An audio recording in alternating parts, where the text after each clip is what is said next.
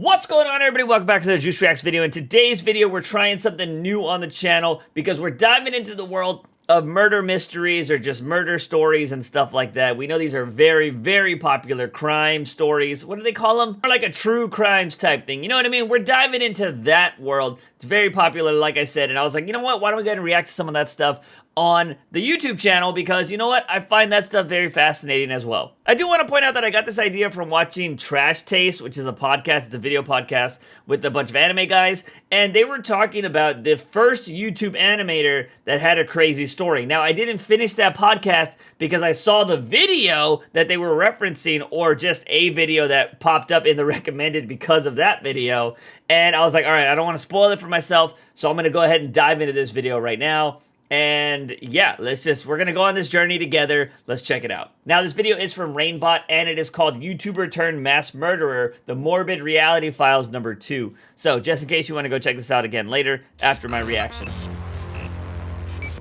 Oh, that's a frightening intro. Morbid Reality. Nice. A YouTuber on the rise, driven to murder. An entire family gunned down, that's a murderous face, and a sinister plot to take the lives of at least 70 more. On today's episode of Morbid Reality, we document the rise and fall of Trey Sessler, better known by the internet as Mr. Anime. Trey Eric Sessler was born on August 8, 1989, to a loving family comprised of his mother Rhonda, father Lawton Ray, and a single older brother named Mark. As Trey grew older, he soon realized that he had a passion for film, and it's this very love for the craft that led to the eventual creation of his YouTube channel Lenscap Productions in September of 2006. There, Trey posted numerous short films and skits, some even featuring his mother and brother. It was precisely a year and 5 days later that Trey announced he would begin shifting his channel's primary focus to another passion of his: animation. Specifically of the Japanese variety. Nice. From this day on, Trey Sessler would be known as Mr. Anime, one of the founding members of the anime reviewing community on YouTube, and according to many, an inspiration for similar channels to come.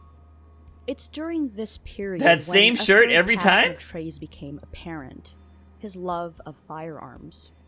Over the next 5 years, Trey would deliver review after review, discussing everything he knew and loved about anime, while also occasionally uploading gun-themed skits and even a few weapons demonstration videos.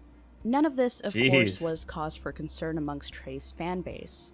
Sure, he may have been a weapons enthusiast, but Trey himself openly condemned gun violence in a 2009 rant video in which he discussed the media buzz surrounding mass shootings that were taking place in the US at the time. Hey everybody, Season 2 here, and today I'm ranting on something a little bit... Right? Yes, I'm ranting on something a little bit anime unrelated. I'm ranting on all the shootings that have been happening. I'm a firearms owner myself, but it is a little bit disturbing to know that you could be a victim in something like this at these times. All the people that were victims, you think it won't happen to me, but sometimes it does. But seriously, every day I open Yahoo, I'm like, well, time to see what today's shooting is, and hey, there's another one. So I don't know when it's pretty normal. Stop. I think it's why, but what can I say? On May 13th of 2012, Trey uploaded a video titled Mr. Anime's New Job. In it, he details how he just found full-time employment for an unnamed production company thanks to the work he had been doing at home. He also reassured his audience that while uploads may be slowing down, that the channel was in great health and that he had no plans of quitting YouTube anytime soon. This, unbeknownst to Trey and his fans alike, would be the last time he was seen on camera as a free man. Just 1 week following Trey's update, horrifying accusations sent shockwaves throughout YouTube's anime community. That's Giguk. That is one of the 3 people that is part of Trash Taste. So he mentioned that he got a shout out from Mr. Anime in that podcast. I can't wait to finish that podcast, but that's pretty crazy. If you haven't heard, Trey Sessler, aka Mr. Anime, has been arrested for suspicion of, well, he's been arrested and charged with shooting and murdering his mother, his father, and his brother. That's It insane. turns out that in the early hours of March 20th, 2012, Trey Sessler had snapped. The murder spree began with Trey's mother, whom he lured to the garage before mercilessly firing into her chest 4 times, causing her to collapse in front of him. From inside the house, Trey's brother Mark began to call out, complaining about the noise. It's then when Trey swiftly made his way back into the home, passing his brother in the hallway before re-emerging from his room with a different gun and delivering 2 shots. Mark, although wounded, managed to crawl into the nearby bathroom and to lock the door as Trey began to make his way to their parents' bedroom, where their barely conscious father had been resting. After shooting his father twice, Trey decided to retrace his steps, later admitting to police that he wanted to ensure that his family was in fact dead and that no one was suffering from their injuries. Trey then broke down the bathroom door and delivered the final blows to his brother, who had been curled up on the floor in the fetal position. Jesus. Shortly after the killings, Trey continued his rampage, tearing the house apart piece by piece and scribbling apology letters on the walls and doors, one of which read, "Why did I do this? I love my mom, dad, and brother." Police were later sent over to the Sessler residence by concerned relatives, and soon discovered the family's corpses. Trey, however, was nowhere to be found. Later that day, Trey was finally located and arrested, and it's then that even more disturbing details began to emerge. According to Trey himself, he'd been plotting a mass murder, claiming that he had plans to open fire on his old high school campus, possibly during a homecoming event. Other versions of his plan included running a car into the school's cafeteria or opening fire on a local festival that took place each year. Trey began to explain to officers that he had thought about these plans in great detail, and even studied the crimes of past mass murders to piece together his own Why would you perfect shake plan, his head? a foolproof Is that his plot lawyer? to take out as many as he possibly could, with an ultimate goal of ending at least 70 lives. He noted how each Jesus. mass murder had their strengths and weaknesses, even going as far as to organize a detailed rating system based on effectiveness, weapons used, and the total number of victims killed. It's because of this plan, Trey noted, that his family had to be killed. That way, they wouldn't have the burden of shame brought about by his actions. Just a few hours after killing his family, Trey found himself in the parking lot of nearby Wallace Junior High School, armed with an assault rifle and hundreds of rounds. This, as he put it in a later interview, was his opportunity to carry out what he had been planning for so long. Trey, however, ultimately didn't go through with his plan, later telling police it was because everything had gotten, quote, too real.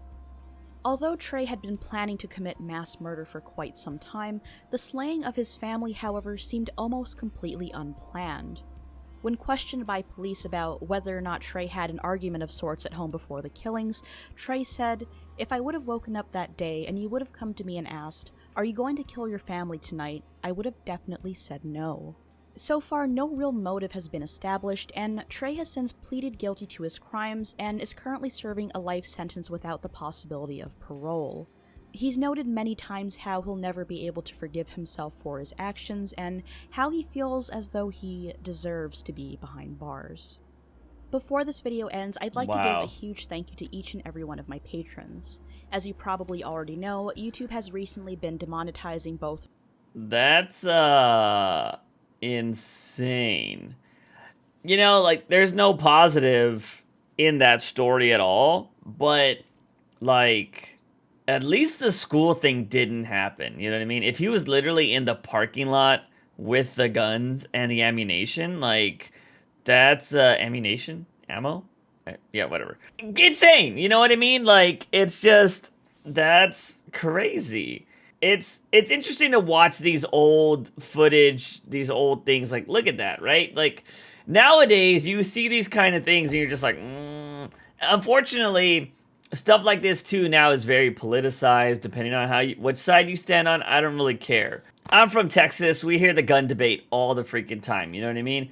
But just to kind of see, like, I've been doing YouTube for probably a decade now, and just seeing that obviously there are a lot of stories like this, right? A majority of the time, it's men that do not know how to keep shit in their pants, and it involves very young people. That's usually the scandals that happen. Or if you go over to the beauty community or something, it's just like drama, drama, drama for some reason.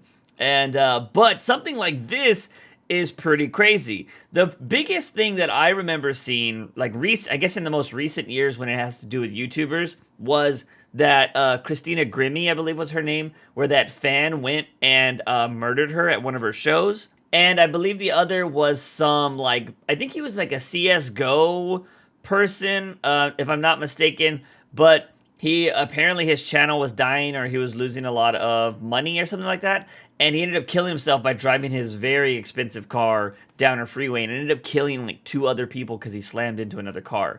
And yeah, like that kind of stuff is really insane because like a lot of people think like, oh yeah, YouTube, it's glamour, it's this and that, like if you make it big, you know what I mean? But these people are still normal people that have issues, and you know, some of them just don't get help. And so, yeah, this is pretty crazy, in my opinion. It's crazy, but it's not crazy. You know what I mean? Like, there's plenty of these things that don't involve YouTube, but when you've been doing something for so long, it kind of hits a little different. You know what I mean? Because you're just like, oh man, like I watched that person, or, you know, oh, I remember seeing that guy on my recommended, or something like that. You know, you were subscribed. But yeah, it's pretty insane. So this is Reighbot. If you guys like this kind of content, it doesn't even have to be from Reighbot, but there is some other things here that I kind of want to watch. But if you want me to watch any other kind of murder mystery, scandals, even haunted stuff, like I'm down with like doing like documentary style videos. I'm totally down with reacting to those. Let me know in the comment sections down below. But that is going to be it for this video, ladies and gentlemen. Of course, if you have not checked out the Twitch channel, why? Just why? It's awesome. But yeah, definitely come hang out over on twitch.tv/JUICEfromtheBOX. We stream every Monday, Wednesday, Friday. And go check out the gaming channel where we do stream every Tuesday. So if you don't want to leave YouTube because this is your home and you don't want to go to Twitch, go subscribe to the gaming channel. We do stream over there every Tuesday. It's a great time. But as always, ladies and gentlemen, I'm your host, JUICEBOX. Remember to wake up in the morning and ask yourself something about my daily dose of juice. See you guys next time.